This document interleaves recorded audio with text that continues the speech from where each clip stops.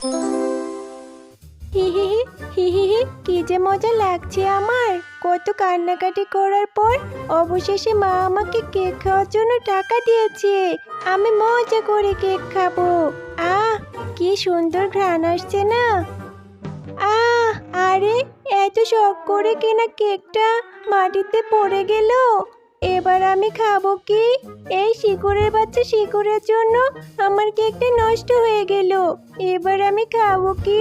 কত কষ্ট করে কান্নাকাটি করে মায়ের থেকে টাকা নিয়েছিলাম কেক কিনে খাওয়ার জন্য। আমি কেকটা কিনে খেতেও পারলাম না। হ্যাঁ হ্যাঁ হ্যাঁ, আমার কেক। এই মিষ্টি মেয়ে, কেক নষ্ট হয়েছে বলে এত কান্না করতে হয়? যাও, বাড়িতে যাও, আর বাড়ি থেকে টাকা নিয়ে বাজারে গিয়ে আরো একটা কেক কিনে খাও। কেঁদো না গো, তুমি আর কেঁদো না। চুপ করো তো গাছ, তুমি একদম চুপ করো। তুমি আর কোনো কথা বলবে না। তোমার শিকড়ে হোঁচট খেয়েই তো আমি পড়ে গেলাম, আর আমার কেকটা পড়ে গিয়েই তো নষ্ট হয়ে গেল। আর তুমি কিনা বলছো টাকা দিয়ে কেক কিনে খাওয়ার কথা?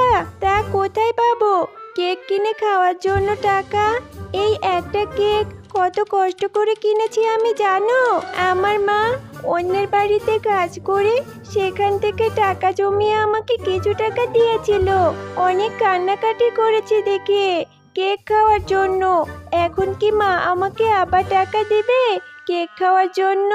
আমরা কি বড়লোক? আমরা তো গরিব। এত টাকা আমরা কোথায় পাবো? হলো না, আমার আর কেক খাওয়া হলো না।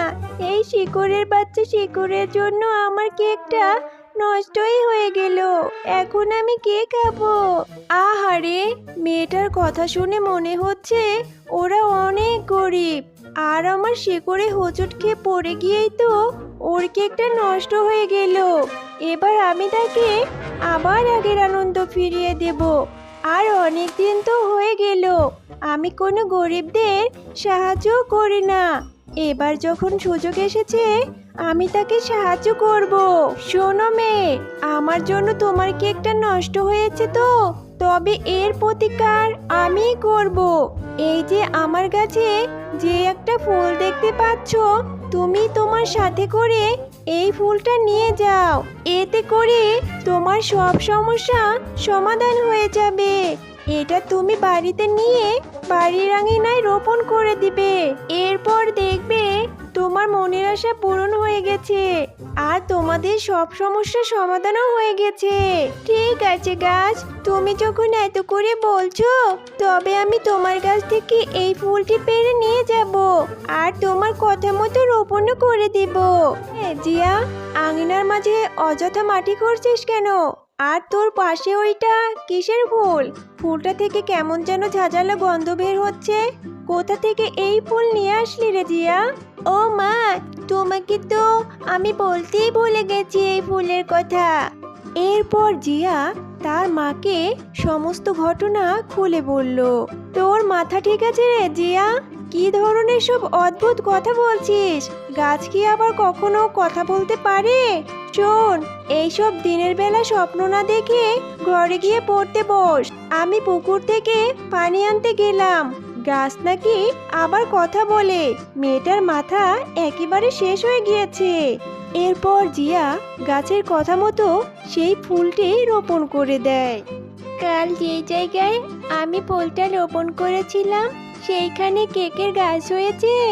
এই জন্যই বুঝি গাছটা আমাকে এত করে বলেছিল ফুলটা সাথে করে নিয়ে যাওয়ার জন্য। কি মজা, কি মজা! আমি এখন থেকে কেক খেতে পারবো, যত ইচ্ছে তত। খবরদার জিয়া, একটা কেকও এখান থেকে খাবি না তুই। ফুল থেকে নাকি আবার কেক হয়ে গেল, সেই গাছে আবার কেকও হলো। কেমন যেন আমার সন্দেহ হচ্ছে, এটা কোনো খারাপ কিছুর আভাস নয় তো? তুই যেন আমাকে কোন গাছের কথা বলেছিলি, নিয়ে চল তো আমাকে সেই গাছের কাছে। আমিও দেখতে চাই কোন গাছ তোকে সেই ফুল দিয়েছিল। আচ্ছা ঠিক আছে মা, তুমি চলো আমার সাথে, আমি তোমাকে এক্ষুনি সেই গাছের কাছে নিয়ে যাব মা। এ গাছ, বলো তো তুমি আমার মেয়েকে কেন ফুল দিয়েছিলে? সেই ফুল থেকে কেকের গাছ হয়েছে। কোনো খারাপ কিছুর উদ্দেশ্যে তুমি আমার মেয়েকে ফাঁসাতে চেয়েছো না তো? নিশ্চয়ই এই গাছের কেক খেলে আমাদের অনেক ক্ষতি হয়ে যাবে। না না গো, তুমি আমাকে ভুল বুঝেছো। আমি তো তোমার মেয়ের মুখ থেকেই শুনেছিলাম তোমরা নাকি অনেক গরিব, তাই তো আমি ওই ফুলটা তোমার মেয়েকে দিয়েছিলাম তোমাদের সাহায্য করার জন্য। ওই ফুল থেকে যে গাছ হয়েছে, সেই গাছে যে কেক হয়েছে, সেই কেক বিক্রি করে তোমরা তোমরা তোমাদের জীবন ভালোভাবেই কাটাতে পারবে, আবার কেক খেতেও পারবে। আমার কোনো অসৎ উদ্দেশ্য নেই গো, বিশ্বাস করো আমাকে। সত্যি কি তুমি আমাদের সাহায্য করার জন্য ওই গাছটি দিয়েছো? তুমি সত্যিই অনেক ভালো গো।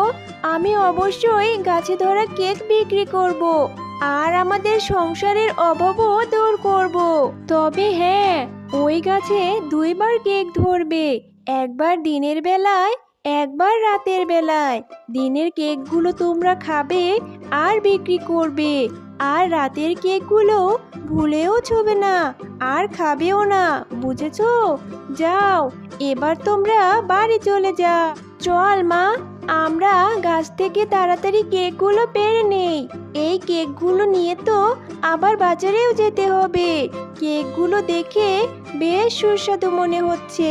মনে হয় কেকগুলো বাজারে নিয়ে গেলে সবাই কিনে নেবে, আর গাছে ধরা কেক বিক্রি করে আমরাও অনেক টাকা পাবো, আর আমাদের অভাবও দূর হয়ে যাবে। এই জন্যই তো আমি অপেক্ষা করছিলাম। আমি ঠিক জানতাম ওই গাছ আবার তার ফল ও ফুল দিয়ে কাউকে না কাউকে সাহায্য করবে। ওই গাছের অনেক ফল আর ফুল আমি নষ্ট করেছিলাম বলে ওই গাছ আমাকে অনেক শাস্তি দিয়েছিল। সে বলেছিল তার ফুল ও ফল দিয়ে নাকি সে গরিবদের সাহায্য করবে। এই বলে আমাকে অনেক অপমান করেছিল। এই বলে অপমান করে আমাকে সেইখান থেকে তাড়িয়ে দিয়েছিল। সেই দিনই আমি পণ করেছিলাম ওই গাছ যদি কখনো কাউকে সাহায্য করে, সেই সাহায্য করা জিনিস আমি নষ্ট করে দেব। আজ ওই গাছ ওই শিয়ালিনীর মেয়েকে কেকের গাছ দিয়ে সাহায্য করেছে, তাই না? এবার দেখ, ওই গাছের সব ফল খেয়ে আমি নষ্ট করে দেব। হে হে হে হে হে। এই তো সেই কেকের গাছ। এক্ষুনি আমি সব কেক খেয়ে গাছটাকে নষ্ট করে দেব। হে হে হে হে হে হে।